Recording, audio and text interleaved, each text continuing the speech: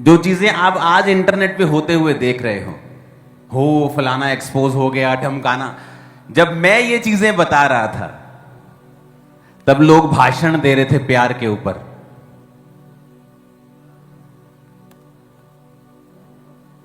चल रहे थे ना भाषण लोगों के। आज वही लोग इंटरनेट पे आके कह रहे हैं हम बड़े दुखी हैं जी। तुम दुखी नहीं हो, तुम मजे ले रहे हो सिर्फ। मैं बता रहा हूं, इवन कोई फेक भेड़िया अगर गिरे, परमेश्वर वो भी नहीं चाहता कि वो गिरे, वो चाहता है वो मन फिराए। मैं आपको बता रहा हूं,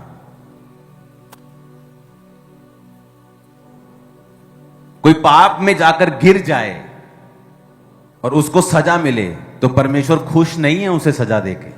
मैं आपको यह भी बता रहा हूं, क्योंकि परमेश्वर यह चाहता है कि हम सब बचें। अगर कोई पाप में भी है, चाहे वो सेवक भी क्यों ना हो, वो भी बचे। इसलिए जो वर्तमान में हो रहा है मैं उस पर कभी भी रिएक्ट नहीं करता हूं, क्योंकि मुझे वही बोलना है जो पवित्र आत्मा ने मुझे बोला। और जब मैंने बोलना है, मुझे किसी की परवाह नहीं है कि कोई क्या भाषण दे रहा है प्यार के ऊपर। अब तुम्हारा प्यार कहां है? अब तुम भी वही चीज बोल रहे हो जो मैं 2 साल पहले बोल रहा था। कितने मेरी बात को समझ रहे हैं? अब तुम भी वही बोल रहे हो। प्रॉब्लम यह तुम्हारी स्पिरिचुअल आईज बंद हैं और मैं व्लॉगर की तरह नहीं हूं कि आज का व्लॉग और कल का व्लॉग, आज क्या हो रहा है और कल क्या हो रहा है। हम परमेश्वर के दास हैं, हमें आने वाले समय में दिखता है ये होगा और ये होगा, ये होगा, ऐसा ही होगा। अगर आप इस वीडियो को दोबारा चला के देखा, मैंने कहा सुबह एक दिन आप उठेंगे और आपको मालूम होगा कि आप अपने बैंक में से पैसा नहीं निकाल सकते।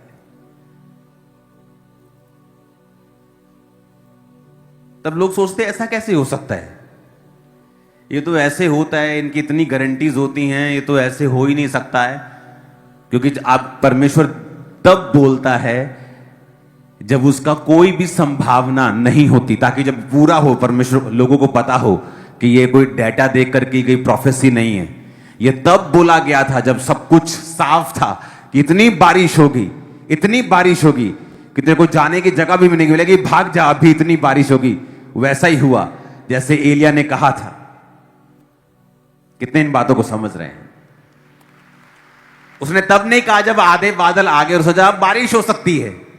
सब बता सकते हैं बारिश हो सकती है, लेकिन उसने तब बताया जब एक सिर्फ मुट्ठी भर बादल, जब परमेश्वर ने कहा कि अब बारिश होगी, और उसने देखा और कहा अब चला जा, क्योंकि इतनी बारिश होगी शायद तू यहां पे सरवाइव भी ना कर सके, तेरा रथ भी रुक जाए, अब चला जा।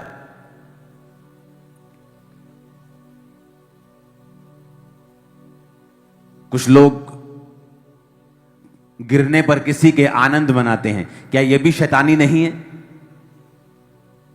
क्या आपको लगता है कि किसी के गिरने पर परमेश्वर आनंदित होता है, या किसी को सजा देने पर वो आनंदित नहीं होता, वो दुखी होता है? लेकिन अब ये उस बंदे की चॉइस है कि वो करैक्टर में ढीला है या करैक्टर में सही नहीं है, उसने पवित्रताई को छोड़ दिया है, ये उसकी चॉइस है। परमेश्वर इससे दुखी है और वो चाहता है हर बंदा, हर पास्टर, हर प्रॉफिट, हर अपोस्टल, हर सेवक बचे। वो यही चाहता है। हालेलुया।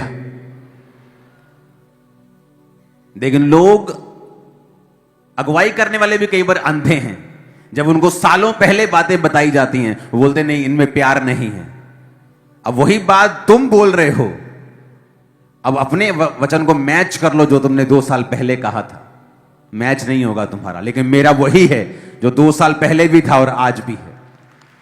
मेरा चेंज नहीं हुआ, तुम्हारे कहने से भी बदला नहीं, लोगों के ओपिनियन से बदला नहीं। क्योंकि आप अगर परमेश्वर के करीब हैं, आपको वो बोलना है और उस पर खड़े रहना होता है जो परमेश्वर ने आपको कहा है। कोई मायने नहीं करता डेटा क्या बोलता है, दुनिया क्या कहती है, लोग क्या कहते हैं, यहां तक कि परिवार भी क्या कहता है। आपको वो कहना है जो परमेश्वर कहते हैं,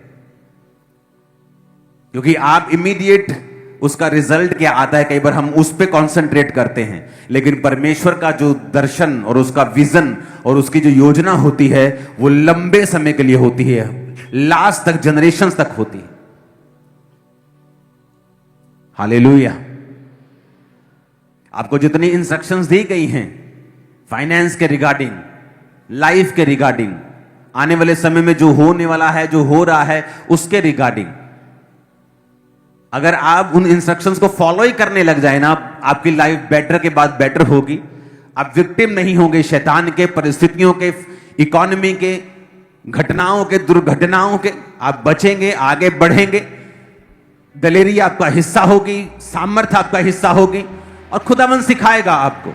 कई बार चीजें आपको अब समझ नहीं आती, जो आपकी लाइफ में घट रहा होता है तब समझ नहीं आता, क्योंकि हर एक चीज का एक सीजन होता है।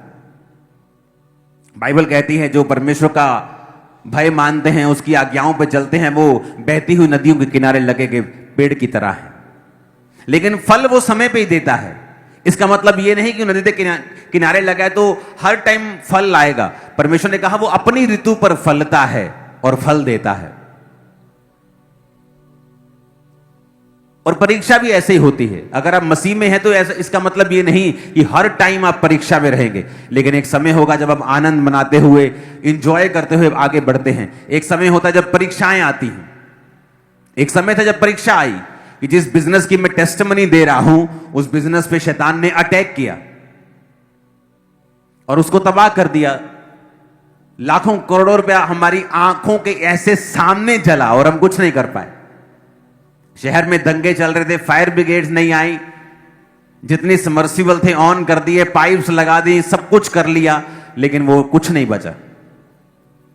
95-97% सामान सारा खत्म हो गया था, और वो भी अपने टाइम के पीक, बिजनेस पीक के ऊपर।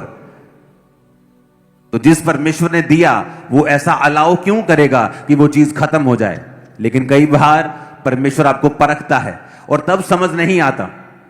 तब वो समय होता है जब हमें परमेश्वर के वचन को सहारा मानकर चलना होता है कि परमेश्वर कहता है सब बातें मिलकर भलाई को पैदा करती हैं जो मसीह यीशु से प्रेम करते हैं।